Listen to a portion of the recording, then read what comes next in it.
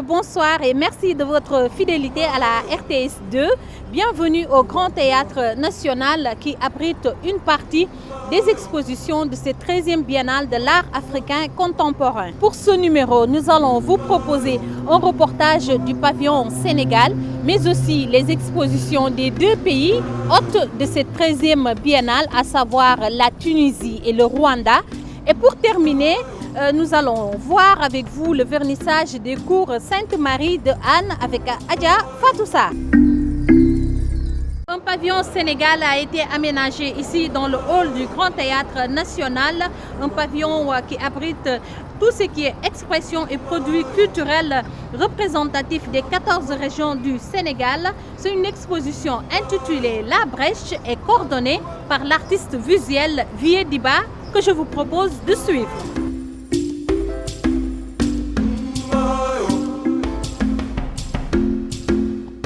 Le pavillon devient une espèce de réponse pour un nouveau départ.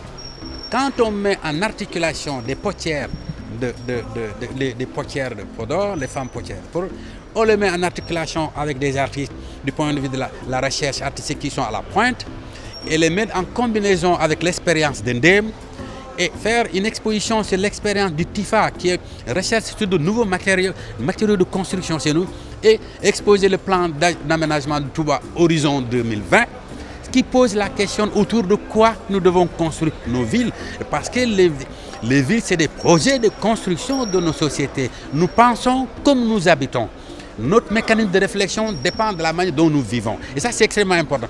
Donc la ville devient un enjeu incroyable. La maîtrise de son contenu et de son développement est un enjeu extraordinaire. Et à côté, vous avez une vidéo présentée par Tignan sur la Wassifo Tidjane, pour interroger la problématique de la spiritualité et le lyrisme, pour toucher aussi la profondeur de la pensée de notre peuple, parce que cet art-là n'est pas un art qui est destiné aux Chinois, aux Français, aux Américains, c'est destiné aux Sénégalais. Donc ça doit les parler.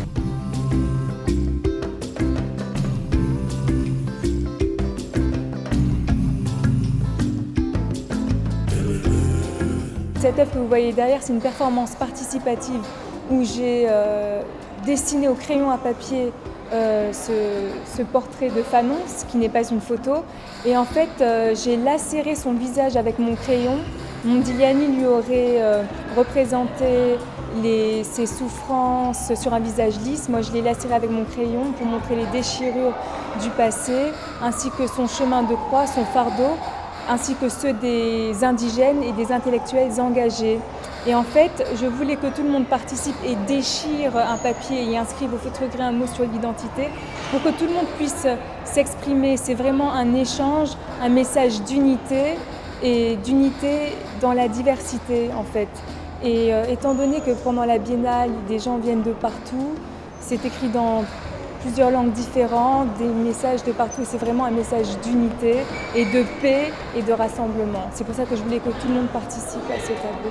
Il y a le 1 + 1 = 1 qui a été écrit par une artiste ivoirienne dont j'ignore le nom malheureusement, mais elle est passée et comme ça m'a interpellée, elle m'a expliqué que pour elle, qu'on soit chinois, africain, peu importe, on a le même sang rouge qui coule dans nos veines. C'est ce qu'elle m'a expliqué. Et ça va parfaitement dans le message d'unité. Après, j'ai aimé les messages que je ne comprends pas, qui sont dans une langue différente, en kinyarwanda, en pulaar, en arabe, etc. La Tunisie et le Rwanda sont les deux pays hôtes de cette 13e Biennale de l'art africain contemporain.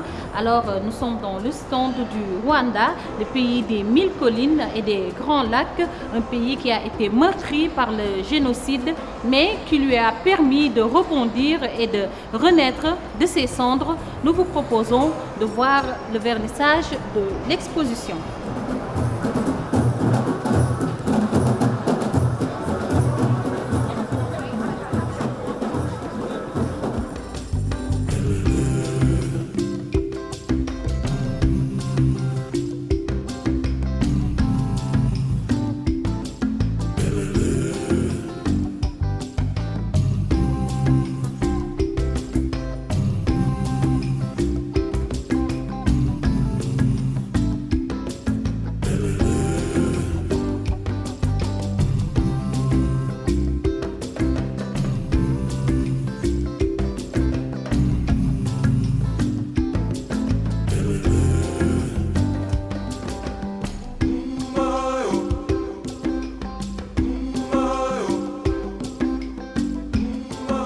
J'ai participé en 2010 à la Biennale de Dakar où j'ai eu le prix du ministre de la Culture.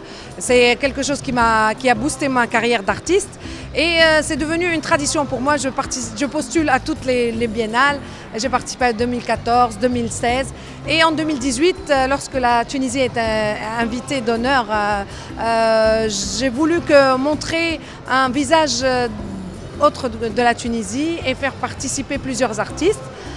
Donc avec la commissaire d'expo, Madame Rachida Triki, et les 5 autres membres, on a fait un appel à candidature pour choisir les œuvres qui peuvent montrer l'art actuel tunisien. Nous avons choisi des œuvres qui correspondaient au concept général de la Biennale, c'est-à-dire des œuvres qui portent sur justement le processus démocratique, sur plus ou moins les luttes des peuples, sur les postures critiques. Et nous avons aussi choisi selon des médiums. Nous avons diversifié les médiums pour ne pas avoir que de la peinture. Voilà, donc l'installation s'est faite avec dans une bonne ambiance. On a été aidés, on a bénéficié quand même d'un beau pavillon. Nous sommes très contents et les artistes sont très contents de montrer leurs œuvres, en plus que tout en sachant que la Biennale est un grand rendez-vous. C'est un travail qui s'intitule Chantier en cours et c'est un travail qui est composé de 33 gyrophares, 30 gyrophares de couleur orangée et 3 gyrophares de couleur rouge, formant une arabesque inachevée. Mon travail en fait se veut le reflet de ce qui se passe en Tunisie actuellement. En fait, c'est l'effervescence, les changements en fait, le chantier culturel en fait. Il y a une sorte de refonte de la culture en fait. On essaie de revoir en fait notre héritage culturel en fait. Choisir en fait une arabesque inachevée, c'est dire que voilà, on essaie de revoir notre passé pour mieux préparer notre futur en fait qui reste inachevé. Le patrimoine, c'est une création, c'est de la création. Préparer le futur est la tâche la plus importante actuellement en Tunisie et dans le monde arabe. À présent, le reportage du jour avec Adia Fatou Sarr. Elle nous propose le vernissage de l'exposition des cours Sainte-Marie de Anne. C'est dans le cadre des off de ce Dakar 2018. L'hommage révèle les multiples facettes de l'homme de culture qu'il était. Victor Emmanuel Cabrita, directeur des cours Sainte-Marie de Anne durant 3 décennies, était un éducateur à la paix, un poète, un mécène, en somme un véritable protecteur des arts et des lettres. Victor Emmanuel Cabrita a fait sienne cette conviction selon laquelle le lieu privilégié d'une action basée sur l'éducation et la culture est l'école. On a appris beaucoup de choses sur l'homme parce qu'on ne savait pas qui était Victor Emmanuel Cabrita, mais avec l'exposition et avec aussi Madame Cabrita, au fur et à mesure, on apprend qui était l'homme, sa mission. Son souhait, c'est effectivement que l'école soit vraiment le lieu d'éducation où les jeunes sont, non seulement on leur donne le savoir, mais également on leur apporte, en complémentarité avec la famille, puisque c'est le premier lieu d'éducation, mais que l'école soit aussi le creuset d'une éducation, d'un comportement, d'un mieux-être. C'est vraiment son idéal. Grâce à ses actions, le cours Sainte-Marie de Anne a été la première institution scolaire à recevoir le prix UNESCO pour la paix en 1991.